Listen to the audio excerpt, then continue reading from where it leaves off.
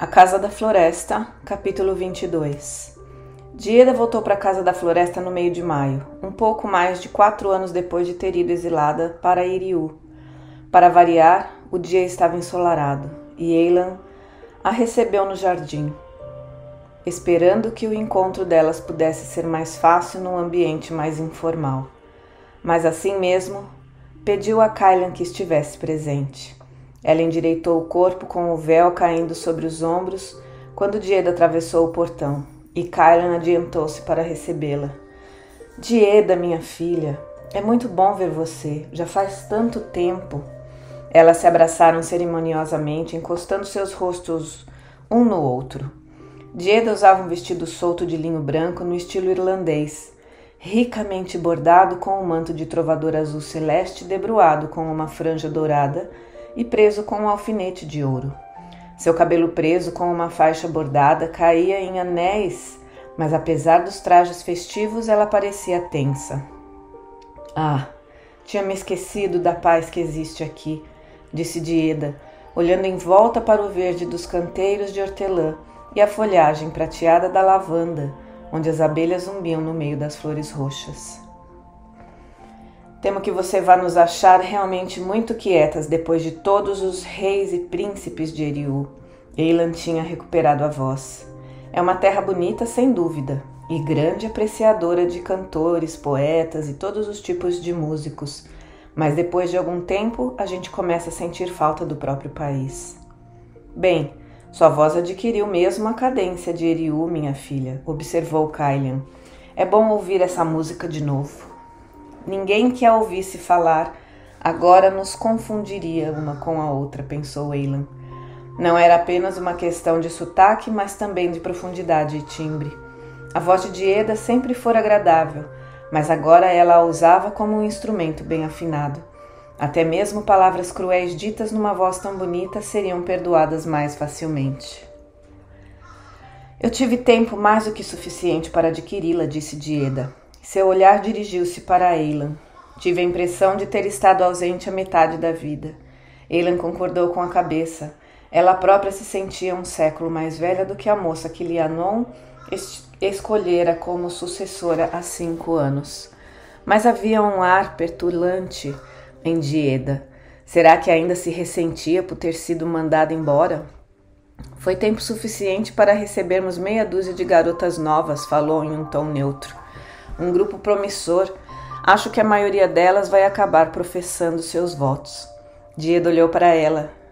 E o que é que você tem na mente para mim? Ensinar a essas moças o máximo que puder das habilidades que aprendeu? Eilan inclinou-se para a frente. Não me refiro apenas a hinos que possa tornar os nossos rituais mais bonitos, mas também a antiga sabedoria, o conhecimento dos deuses e dos heróis. Os sacerdotes não vão gostar disto. Não terão nada a dizer sobre isto, retrucou Eilan. Dieda regalou os olhos. Hoje em dia, os chefes de tribo contratam tutores latinos para seus filhos e os ensinam a recitar Virgílio e a apreciar os vinhos italianos. Estão fazendo tudo para transformar os nossos homens em romanos, mas não se importam com o que as mulheres fazem. O último santuário para a velha sabedoria do nosso povo pode ser aqui em Vernemeton, e não quero que ele se perca. As coisas realmente mudaram desde que parti. Pela primeira vez, Dieda sorriu. Então seus olhos se fixaram em alguma coisa além de Eilan, e sua expressão mudou. Gawain corria na direção delas com a ama atrás dele. As mãos de Eilan torceram as dobras do véu quando ela lutou contra o desejo de tomá-lo nos braços. Senhora da Lua, ele gritou. Depois parou e ficou olhando para Dieda. Você não é a Senhora da Lua, ele disse com a censura na voz. Não sou mais, Dieda afirmou com um sorriso estranho. Esta senhora é nossa parenta, Gawain, Eilan disse com os lábios rígidos. Ela canta tão bem quanto os pássaros. Por alguns instantes, o menino olhou de uma para outra, com a testa franzida. Seus olhos eram da mesma cor de avelã que os de Eilan, mas seu cabelo era escuro e cacheado como o do pai e teria a mesma testa larga quando fosse homem. Minha senhora, sinto muito, Lia disse sem fôlego, alcançando e tomando-lhe a mão. Ele fugiu de mim. O lábio inferior de Gawain começou a tremer, e Elan, reconhecendo os sinais, fez sinal para a ama para soltá-lo. Acho que o estragamos, pensou, mas ele é tão pequeno e eu vou perdê-lo tão cedo. Você queria ver-me, queridinho? Ela perguntou docemente. Eu não posso brincar agora, mas se você vier me encontrar à tardinha, vamos dar comida ao salmão do lago sagrado. Isso vai deixá-lo contente? Solenemente, Gawain assentiu. Ela estendeu a mão para acariciar-lhe o rosto e prendeu a respiração quando ele riu e a covinha subitamente apareceu. E então, tão depressa quanto tinha chegado, correu para a ama e deixou que ela o levasse embora. O dia pareceu escurecer quando se foi. Essa é a criança? Dieda interrompeu o silêncio, quando Eila fez sinal que sim. Seus olhos azuis faiscaram de raiva. Você é louca de mantê-lo aqui? Se for descoberto, estaremos perdidas. Será que passei 4 anos no exílio só para você pudesse desfrutar dos prazeres da maternidade? Bem como da honra de ser a suma sacerdotisa? Ele não sabe que sou mãe dele, Eila murmurou tristemente. Mas você pode vê-lo. Eles não o mataram e nem a você. Você deve isto a mim, Sagrada Senhora da Lua de Vernemeton. Dieda começou a andar de um lado para outro, vibrando como uma das cordas de sua harpa. Tenha um pouco de piedade, Dieda, Caillan falou severamente. O menino vai ser adotado dentro de 1 ou 2 anos e ninguém sabe de nada. De quem eles pensam que ele é filho, então? Dieda exclamou por sobre o ombro. Da pobre Mairi, ou talvez meu? Ela pode ler a resposta nos rostos delas. Então é assim. Agora que terminei o exílio, vou ter que arcar com a sua vergonha. Bem, quando me virem com o menino, talvez os boatos acabem. Pois eu aviso a vocês, não gosto nem um pouco de crianças. Mas vai ficar e manter silêncio? Caillan perguntou francamente. Sim, Dieda respondeu depois de algum tempo. Pois acredito no trabalho que estão fazendo aqui. Mas Elan, preste atenção, pois já lhe disse isso antes, quando concordei com a substituição. Jamais traia seu povo. Tome cuidado, pois serei a sua ruína. A lua nova já estava alta no céu do entardecer, acrescentando um brilho prateado às águas opalinas do lago sagrado. O salmão tinha atendido ao chamado e tirado o bolo de Gawain, lhe ofereceu quase que das mãos do menino. Elan esperou até ouvir seu tagarelar desaparecer no silêncio da noite. Então cobriu o rosto com o véu e tomou o caminho do santuário que haviam construído ao redor da fonte que alimentava o lago. As donzelas consideravam uma grande honra a suma sacerdotisa atender aqueles que vinham à casa da floresta para se aconselhar. E geralmente era só isto que Elan fazia: servir de ouvinte para os aflitos e enviar aqueles com problemas mais tangíveis para uma das feiticeiras ou herbanárias. Mas, desde que soubera dos planos de rebelião de Cynric, subia aquela alameda com um certo tremor, tremendo a noite em que um dos que a esperavam murmurasse acerca de corvos e rebeliões. Estava fresco no santuário. Elan fechou mais um manto ao redor do corpo, deixando que o murmúrio da água a acalmasse. A água brotava de uma fenda na rocha, com uma imagem de chumbo, da senhora colocada em um nicho sobre ela, e caía na canaleta que ia dar no poço e no lago sagrado. Fonte da vida, rezou, inclinando-se para colher um pouco da água gelada e molhar os lábios e a testa.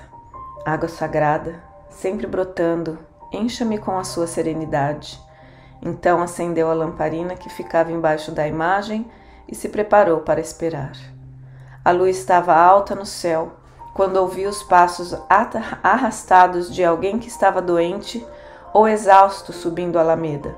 Sua garganta apertou-se quando a figura sombria apareceu na porta. Era um homem enrolado num casaco grosseiro que podia pertencer a qualquer fazendeiro, mas por baixo do casaco havia manchas antigas de sangue em suas calças. Quando ele a viu, um pouco da tensão que sentia abandonou-o junto com o longo suspiro. Descanse, beba, receba a paz da senhora, ela murmurou. Ele caiu de joelhos e colheu água da canaleta, lutando visivelmente para se controlar. Estive lutando, os corvos voaram sobre os campos de batalha, ele murmurou olhando para ela. Os corvos também voam à meia-noite, ela respondeu. O que você tem para me dizer? A revolta estava marcada para o solstício do verão. Os casacos vermelhos descobriram e nos atacaram. Ele passou a mão sobre os olhos, anteontem à noite. Onde está Cynric? Ela perguntou em voz baixa e rápida. Seu irmão adotivo ainda está vivo? O que ele quer de nós? O homem deu de ombros desanimado. Cynric, escondido provavelmente. Pode haver mais gente como eu vindo para cá, precisando de um lugar para lamber as feridas. Eilan concordou com a cabeça. Atrás das nossas cozinhas há um caminho que vai dar na floresta. Ele vai até uma cabana que as nossas mulheres às vezes usam para meditar. Vá agora. Você pode dormir lá e alguém irá levar-lhe comida. Seus ombros curvaram-se e ela se perguntou se ele teria forças para chegar até lá. Que a senhora seja abençoada, ele murmurou, e também a abençoo por me ajudar.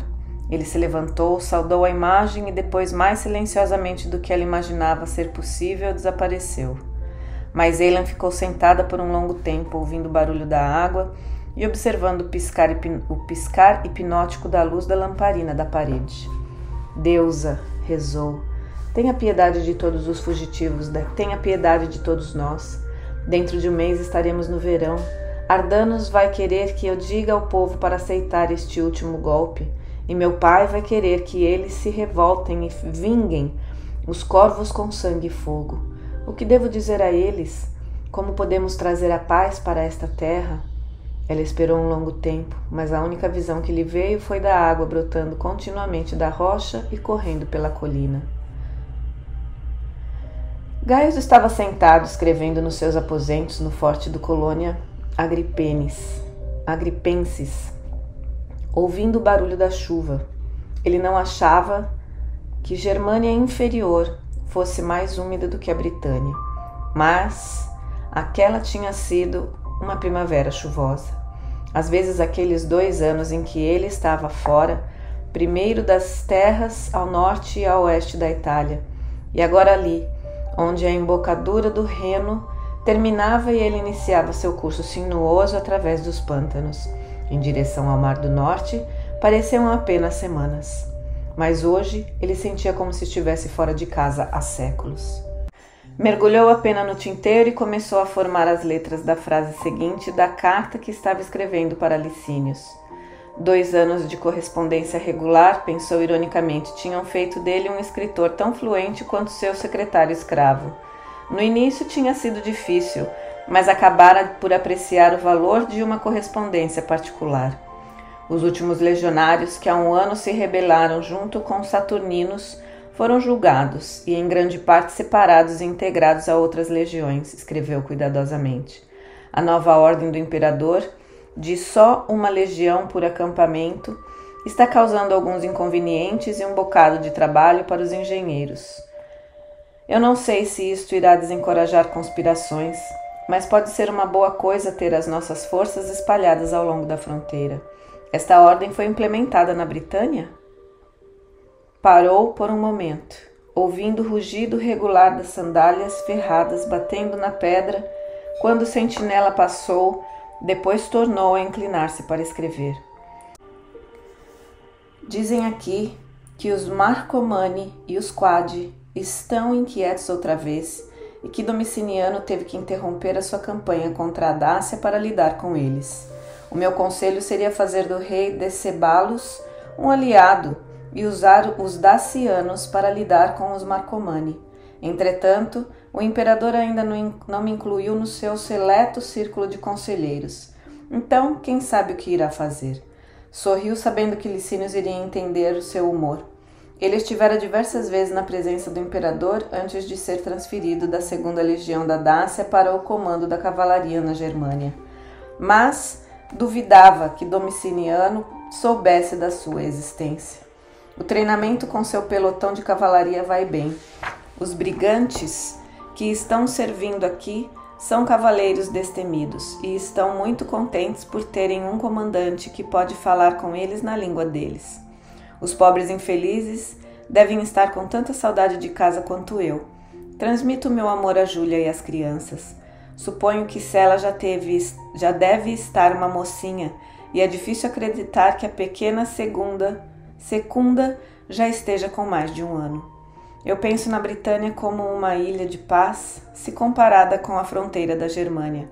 Prosseguiu, mas suponho que isto seja uma ilusão. Ouvi um dos homens sob o meu comando falando a respeito de corvos, e de repente me vi pensando na sociedade secreta de que ouvíamos falar anos atrás. Mais uma vez ele parou, dizendo a si mesmo que a ansiedade que havia tomado contra ele de repente era apenas a reação à chuva. Mas antes que pudesse voltar a escrever, alguém bateu na porta, dizendo que o legado queria falar com ele. E ele vestiu o casaco e saiu dos seus aposentos imaginando o que poderia ser. São novas ordens, tribuno, disse seu comandante. E devo dizer que vou sentir muito perdê-lo, pois você estava se dando bem aqui. O pelotão está sendo transferido? Gaius contemplou-o um tanto confuso, pois uma onda de boatos sempre precedia qualquer manobra deste tipo. Só você, meu rapaz. O que é ainda mais penoso. Você está sendo transferido para o staff do governador da Britânia. Parece que está havendo algum tipo de desentendimento local e eles precisam de um homem com a sua experiência lá. Os corvos, pensou. O rosto de Cynric, como ele o havia visto pela última vez, cheio de ódio, veio-lhe à mente. Vou dar mais atenção às minhas premonições de agora em diante. Ele podia ver a mão de Licínios neste chamado. Sendo apenas mais um oficial dentre tantos na fronteira, só um grande golpe de sorte poderia torná-lo o foco da atenção de alguém que pudesse oferecer-lhe uma proteção útil. Mas se conseguisse evitar uma rebelião... Licínios estava sem dúvida dando os parabéns a si mesmo por ter encontrado um meio do seu genro cumprir o seu dever e ao mesmo tempo avançar na sua carreira. Só Gaius iria saber, ou se importar, que para fazer isto teria de destruir um homem que fora seu amigo.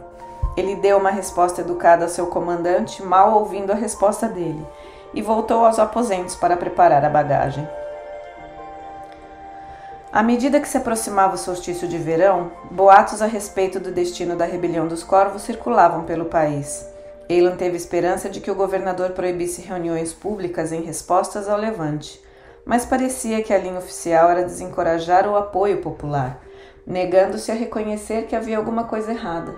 Mas, pelos refugiados, Eilan soube que Cynric havia voltado para o meio dos seus amigos do norte e reunido um exército com os sobreviventes de Monos Graupius, com homens dos corvos para liberá-los. Isto era bastante fácil, pois os romanos tinham simplesmente abandonado o deserto que haviam criado, deixando o povo sem nada para sustentá-lo, exceto seu ódio.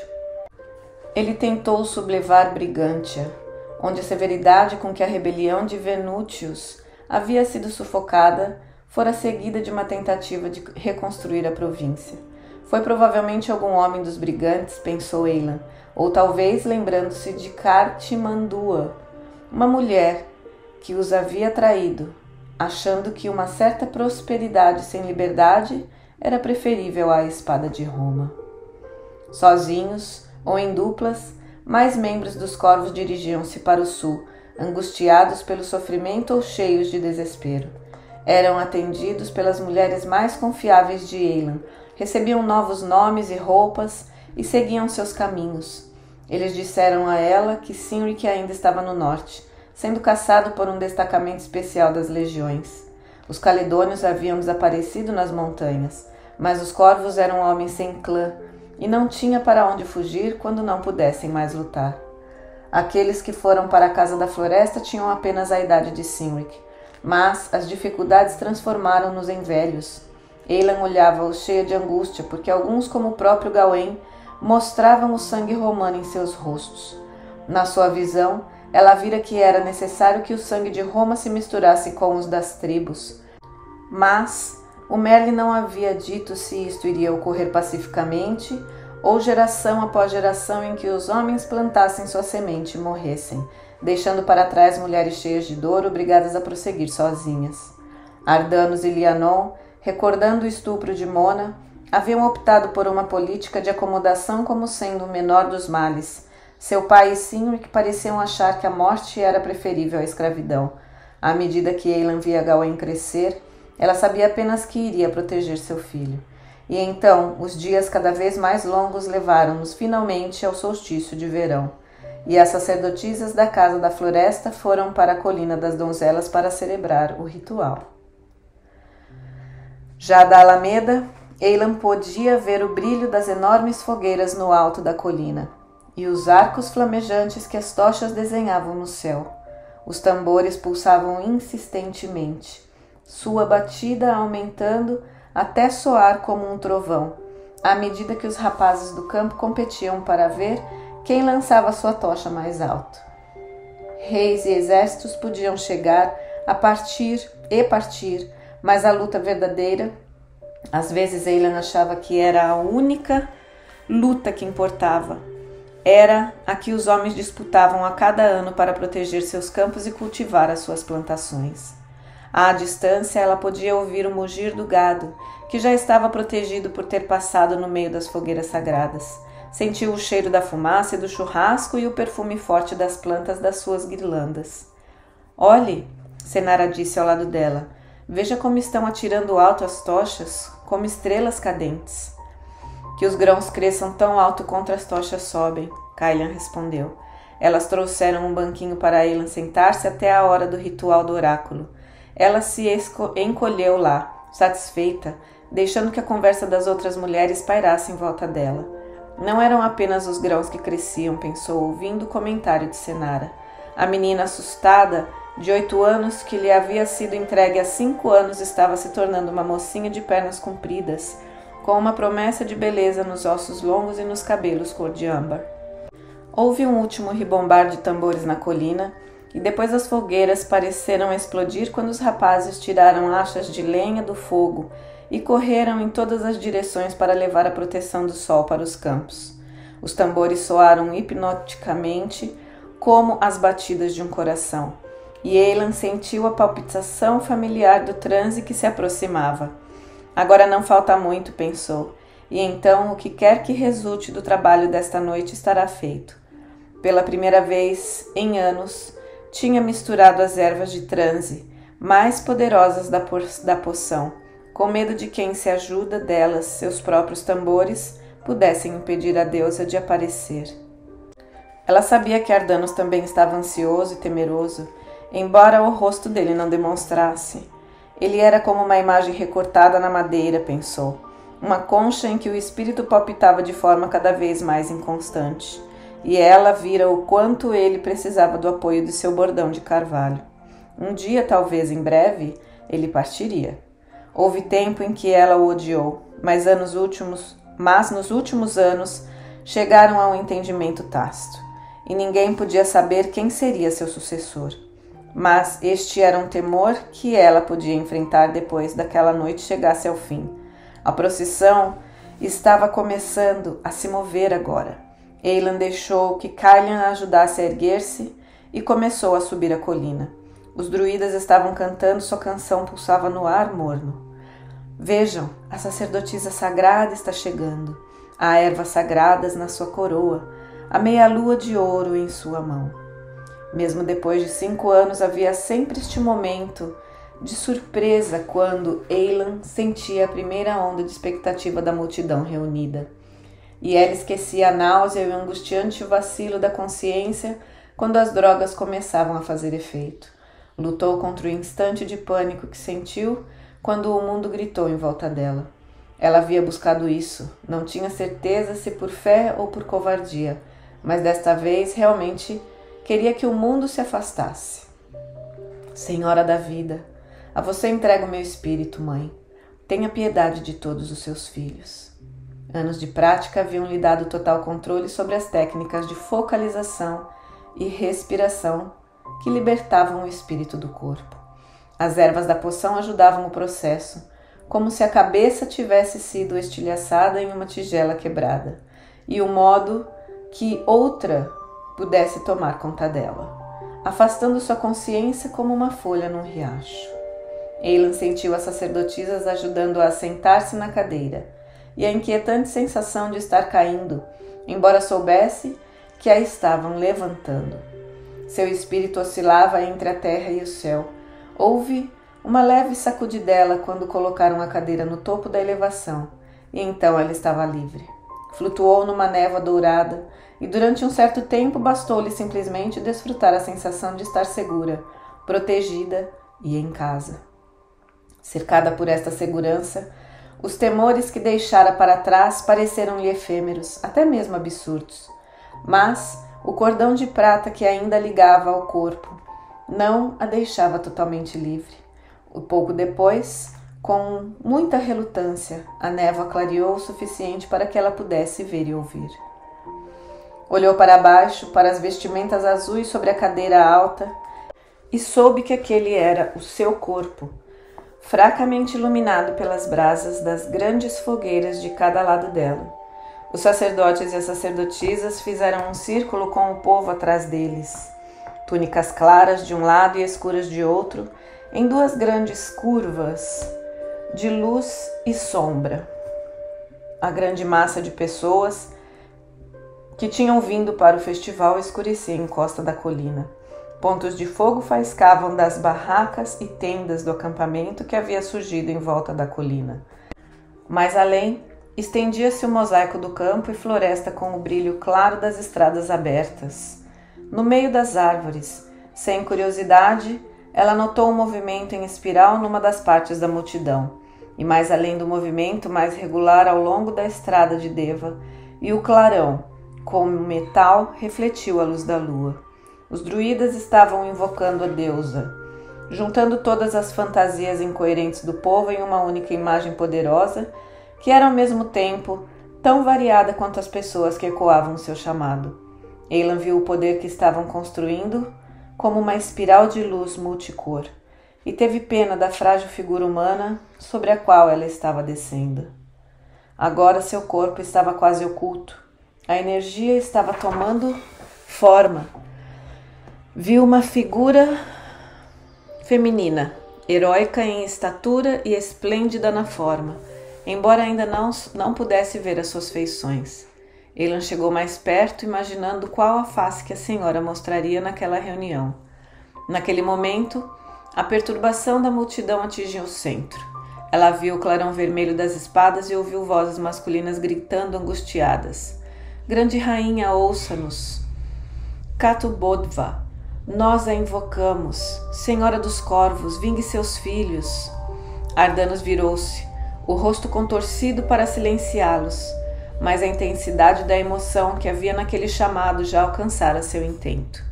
Um turbilhão de sombras, de asas escuras atravessou o círculo quando, de súbito vento gelado, avivou as fogueiras, e a figura na cadeira pareceu expandir-se subitamente, sentando-se ereta e arrancando o véu. Ouvi o seu chamado e vim, ela disse na língua das tribos. Quem ousou chamar-me? O murmúrio de medo que havia varrido o círculo transformou-se num silêncio absoluto quando um homem foi mancando até o círculo de luz.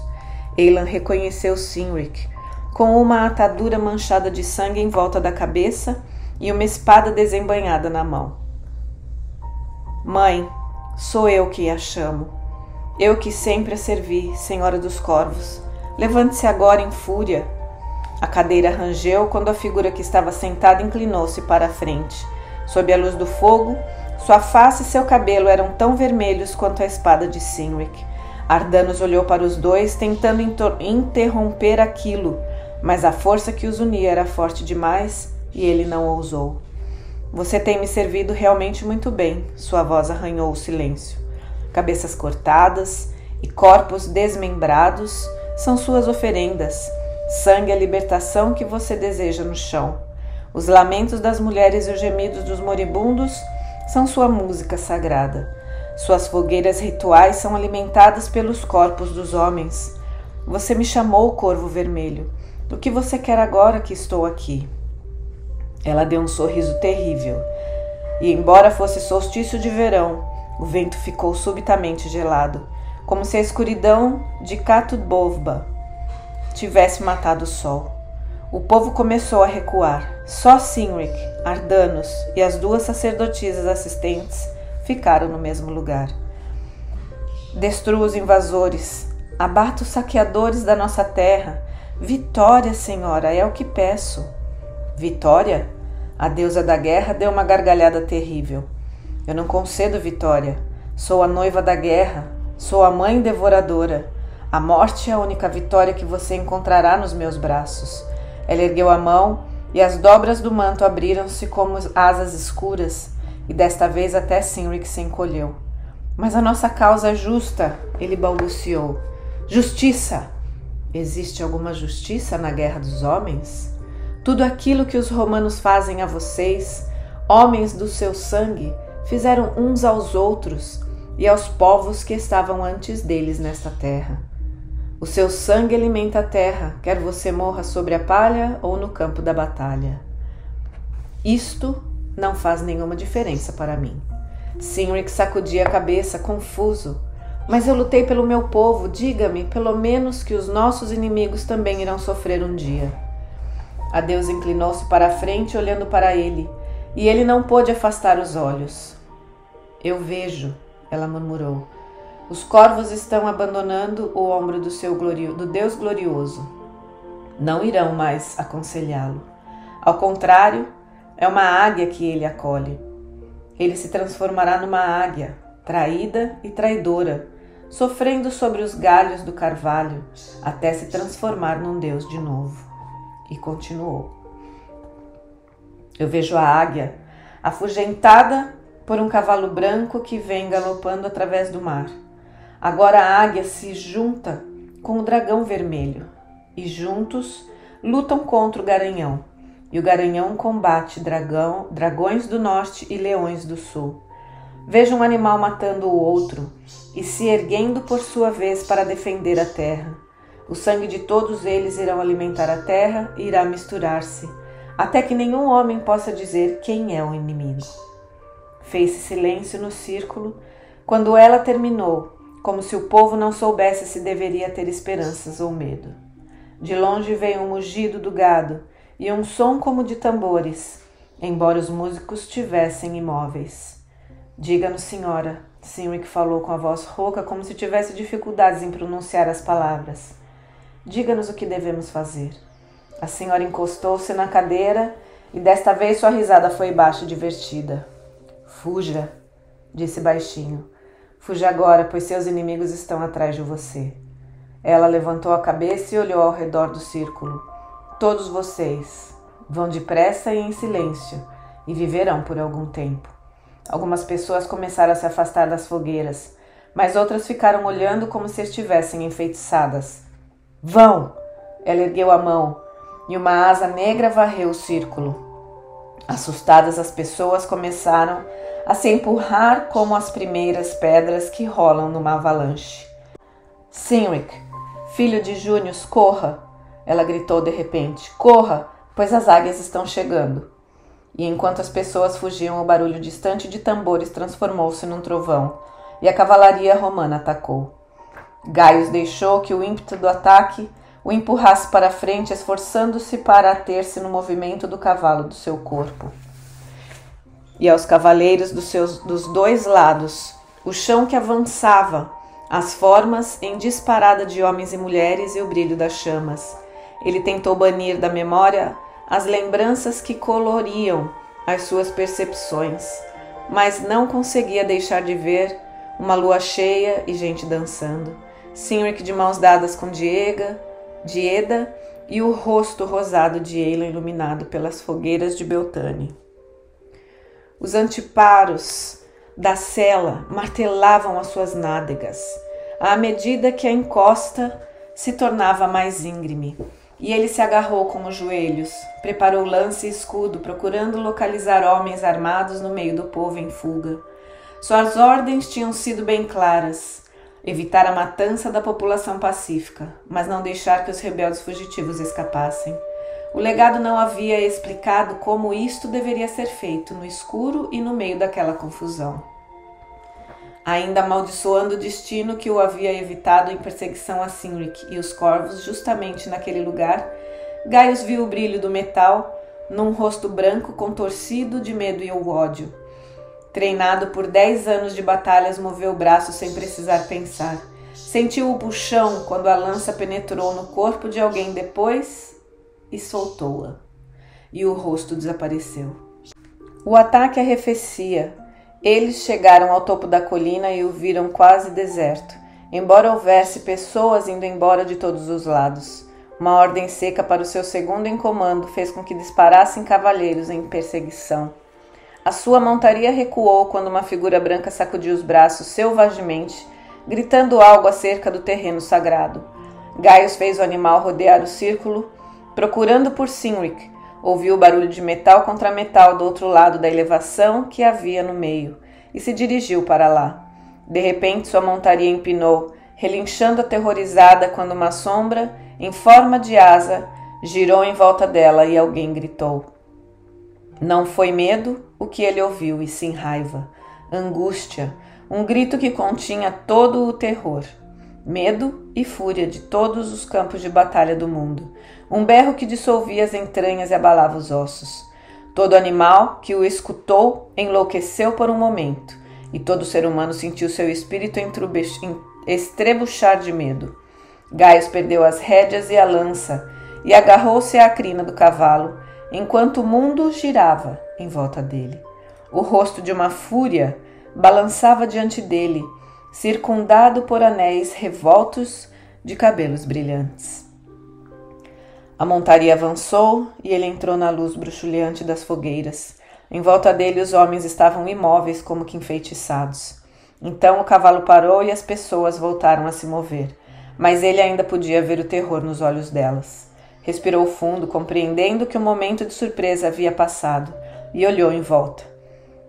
Alguns dos druidas amparavam um homem de branco que ele percebeu com um choque que devia ser Ardanos. Ele parecia muito velho agora. As sacerdotisas vestidas de azul estavam tirando da cadeira o que parecia ser um monte de roupa. À medida que a fúria da batalha arrefeceu, Gaius sentiu-se subitamente muito cansado. Outro cavaleiro, o seu segundo em comando, apareceu ao seu lado. Eles se espalharam, senhor. Gaius balançou a cabeça. Mas não podem ter ido longe. Mande os homens revistarem a área. Eles poderiam voltar aqui para me dar as notícias. Desmontou com dificuldade e foi andando com o cavalo atrás dele. Ao se aproximar, Ardano se mexeu, olhando suplicante para ele. Não foi minha culpa, murmurou. Eu chamei a deusa. De repente, Cynric estava aqui. Gaius concordou com a cabeça. Ele conhecia muito bem a política do arquidruida. A mulher, cujo grito os havia paralisado, é que havia dado aos rebeldes um momento extra que precisavam para desaparecer na multidão. Ele continuou andando na direção do grupo de mulheres. Por algum motivo, não ficou surpreso quando Kylian se virou, encarando-o desafiadoramente. Mas era a mulher que estava deitada no chão que ele queria ver. Ele deu mais um passo e se viu olhando para o rosto da mulher, branco, inconsciente, identificável apenas nos seus contornos com a fúria que havia aparecido para ele. E, no entanto, ele tinha certeza de que era ela, e ao mesmo tempo de que era Eilan.